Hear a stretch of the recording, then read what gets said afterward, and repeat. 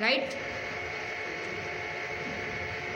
It has an acceleration, अब ज़ाहिर सी बात है वेलोसिटी में तब्दीली हो रही है तो it's mean it has an acceleration.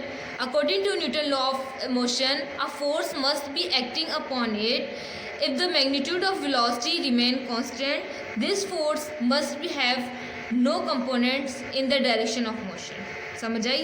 तो ये न्यूटन हमें क्या कहता है कि न्यूटन जो लॉ ऑफ मोशन है अ force must be acting upon it, कि इसके ऊपर कोई ना कोई यकीनन फोर्स भी लगी होगी। न्यूटन लॉ ऑफ मोशन हमें क्या बताता है कि इसके ऊपर कोई ना कोई फोर्स भी एक्ट हो रही है। If the magnitude of the velocity remain constant, अगर मैग्नीट्यूड ऑफ वेलोसिटी अगर रिमेन कांस्टेंट है, this force must have no components, अगर है तो इट्स मीन कोई भी इसकी फोर्स की कंपोनेंट्स नहीं होंगे in the direction of motion, ठीक है। so this force must be at right angle to the tangent of the circle and it is directed toward the center of the circle, ठीक है। तो उसकी जो डायरेक्शन है वो क्या होगा, सेंटर ऑफ द सर्कल होगी। सही है, समझ आ रही है बात।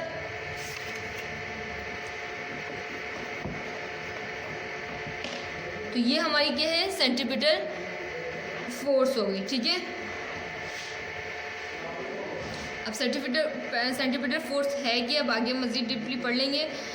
According to Newton second law of motion the centripetal force produce acceleration is in its own direction called centripetal acceleration, कि अगर उसकी अपनी डायरेक्शन में वो क्या कर रही हो, बॉडी मूव कर रही हो, तो वो कुछ एक्सीलरेशन प्रोड्यूस करने की वजह से क्या है वो सेंट्रीपिटल एक्सीलरेशन है। It can be shown that the magnitude of the centripetal acceleration is equal to the square of the speed, ठीक है, like this upon radius, like this expression. कि अगर हम सेंट्रीपिटल एक्सीलरेशन की बात करें तो सेंट्रीपिटल एक्सीलरेशन की खुद क्या होगी, वी स्क्वायर अपॉन आर के हिसाब से क्या होगा कि अगर हम फोर्स को क्या कर दें, उसका स्क्वायर कर दें, उसको रेडियस से डिवाइड कर दें, तो हमारा सेंट्रीपिटल एक्सीलरेशन आ जाएगा, ठीक है। समझ आई बात। नेक्स्ट हेडिंग है हमारी centripetal force.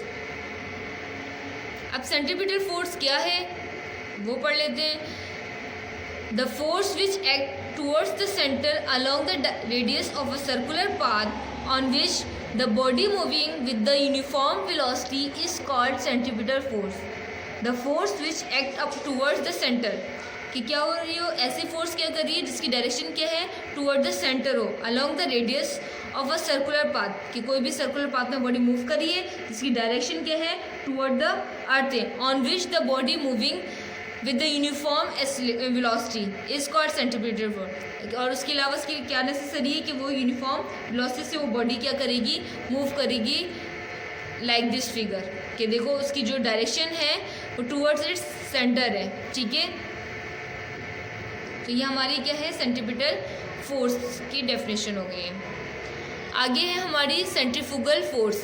Centrifugal force when a body is moving along circular path, अगर बॉडी क्या कर रही है, सर्कुलर पाथ में मूव कर रही है, लाइक मैं एक पत्थर क्या करूँ, धागे के साथ बांधूँ और उसको मूव करवाऊँ, रोटेट करवाऊँ, तो वो क्या होगा कि सर्कुलर पाथ पे वो मूव कर रहा होगा, ठीक है। जिसकी डायरेक्शन क्या है, सेंटर हो, तो इट्स मीन वो क्या है, सेंट्रीपिटल क्या कर रही है, फोर्स को डिस्क्राइब कर रही है, ठीक है।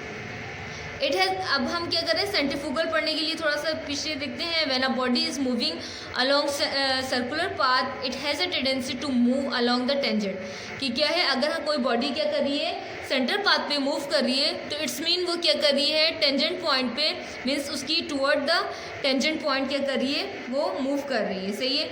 उसके टेंजेंट पॉइंट अगर हम ड्रॉ करें तो वो उसके हिसाब से मूव कर रही है, but the force is acting on it directed toward the centre of circle, क्या, और वो क्या है, डायरेक्टेड क्या है, उसकी डायरेक्शन क्या है, सेंटर ऑफ सर्कल है, like definition that is called centripetal force.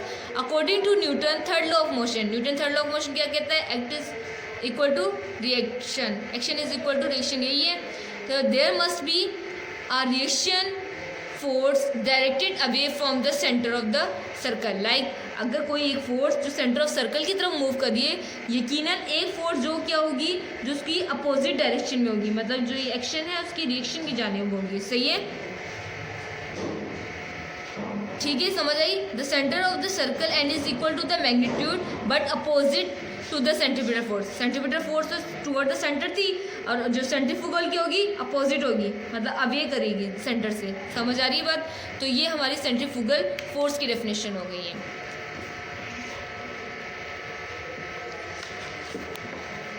Okay, next हम पढ़ रहे हैं लॉ ऑफ यूनिवर्सल ग्रेविटेशन, ठीक है।